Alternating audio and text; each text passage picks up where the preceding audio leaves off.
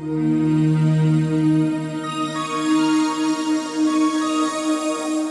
do you do, ladies and gentlemen? Here's part 2 of my mini-series on buying holiday apartments, or rather, preferably not buying holiday apartments. Let's have a look at what it costs to own a holiday apartment and how much it costs to rent one, and see if we can come to any conclusions. The last time I dealt with this topic was in January 2012. Back then, an average 2-bed apartment in southern Europe was on the market for about £85,000–90,000. The vendors would no doubt take, I don't know, 75, 80,000. That was last year. This year, I've no doubt the prices are lower again. I haven't done a recce since just before Christmas, and the market was sagging then, with virtually no deals being struck.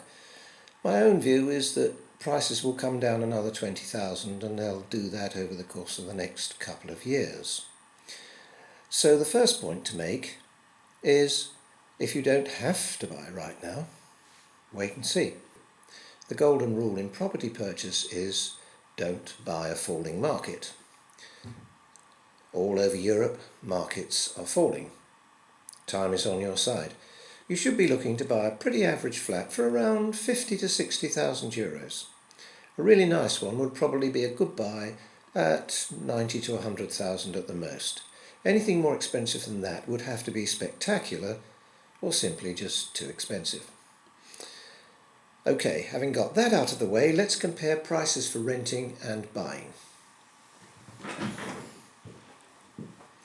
Let us assume, for the sake of argument, that you can buy a nice 2-bed apartment in reasonable condition, roughly where you want to be. We aren't talking about front line to the beach. We aren't talking about the Golden Mile. We are simply looking at a nice place in a pleasant area. Let's assume a purchase figure somewhere between my two ideal prices. Say 75,000 euros. That kind of price is achievable right now if you bargain and are patient. It will be common in a year or two's time. Most of my readers are in the UK, but I'm going to stick with Euro prices. But here we have to take into account two types of buyer. The first is a cash buyer, and the second is a buyer requiring a mortgage. By and large, it doesn't make that much of difference when doing the maths, whether you're paying up front or you're on a drip. I'll tell you why. If you're paying cash, you have to take on board the simple situation that once you had cash and no flat, now you have the flat but no cash. You've done a simple exchange. However, unless you're careless with your money, in which case why are you reading this, you will now have obtained somewhere to live in exchange for some income. If you had 75,000 euros stuck under the mattress, then all I can say is, well, more fool you. Money is worth money.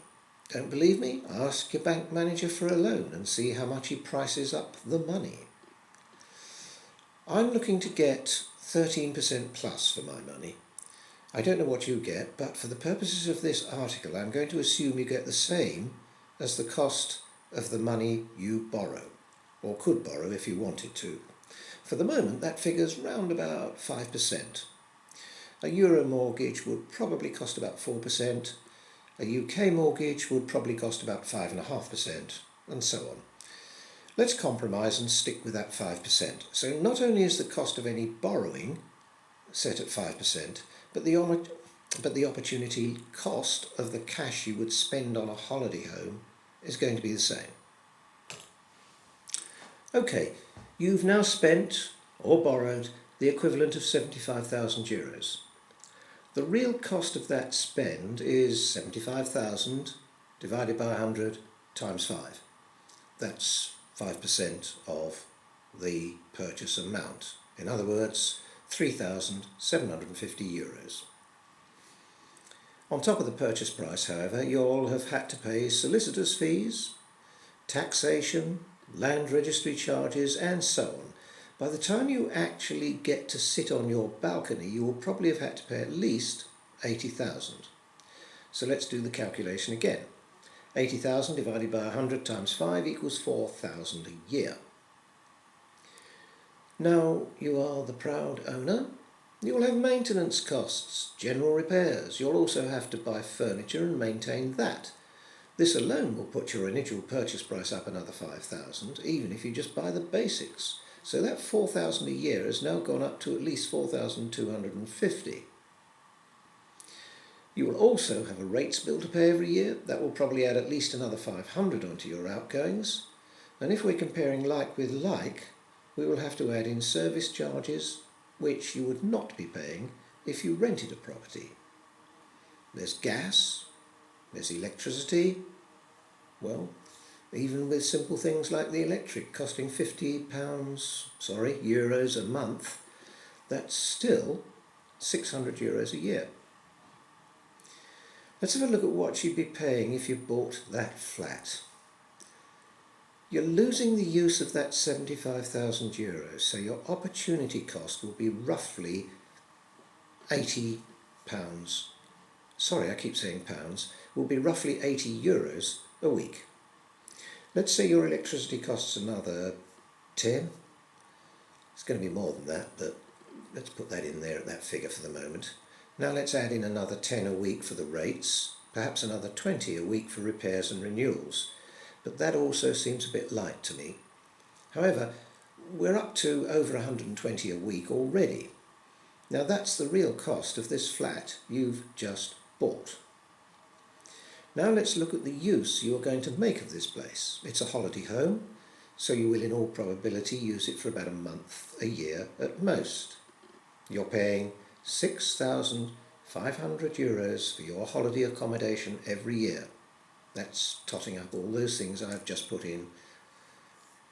Service charges, etc., etc. Cost of the money, rates, repairs, the lot. That's roughly what it's going to cost you.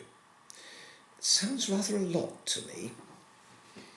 Well, to make things better, you might think you can rent out your place. But before you factor that into your calculations, do have a look at some rentals first on the web and count up the empty weeks you see. If you're lucky, you'll get 8 to 10, maybe even 12 weeks of rental a year. If you're unlucky, you'll get 0 to 8 weeks. I think the risk-reward ratio is simply not good enough. And if you rent out, then you have extra costs in terms of service charges, agents' fees, a lot more on depreciation and renewals, and you might, probably you won't though, but you might break even if you're lucky. Is it worth all the hassle? Well, if this is your retirement home, then that's a different matter. You'll have swapped your money for your home. That's okay, after all you do have to live somewhere. But if this deal is meant to be for your holidays, then look at the other side of the equation next. Someone recently asked me to check out holiday rental prices in the Algarve for them.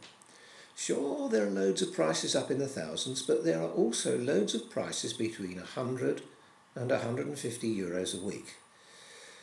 Let's just put the actual price bang in the middle of that at 125 euros a week. That equals 500 euros for a month's holiday. Even if the cost's twice that, it's nowhere near the 6,500, which is the cost of the purchase. Even if you lived in the holiday home for the whole year, in which case you'd pay a much reduced rate anyway for your rental, it would still not be more expensive than the purchase cost. In other words, renting's a far more sensible option than buying. Don't buy a holiday home, it's a complete waste of money. There are 3 other reasons for not buying. The first is simple. Do you really want to spend every holiday in the same place? What about visiting different countries, having different experiences? If you holiday somewhere else for a change, you're effectively charging yourself for 2 holidays while only taking 1. The second reason for not buying is the problem of selling. Sales of holiday homes have always been slow, even in the good times. That's because in the good times people buy new homes that are on offer at tempting discounts, with tempting mortgage deals and free furniture packs thrown in and so on. You won't be able to compete. The third reason is that you can use the money you've kept in a more profitable way. And that means you'll be able to afford a better standard of holiday. I'll talk about that next week. Bye till then.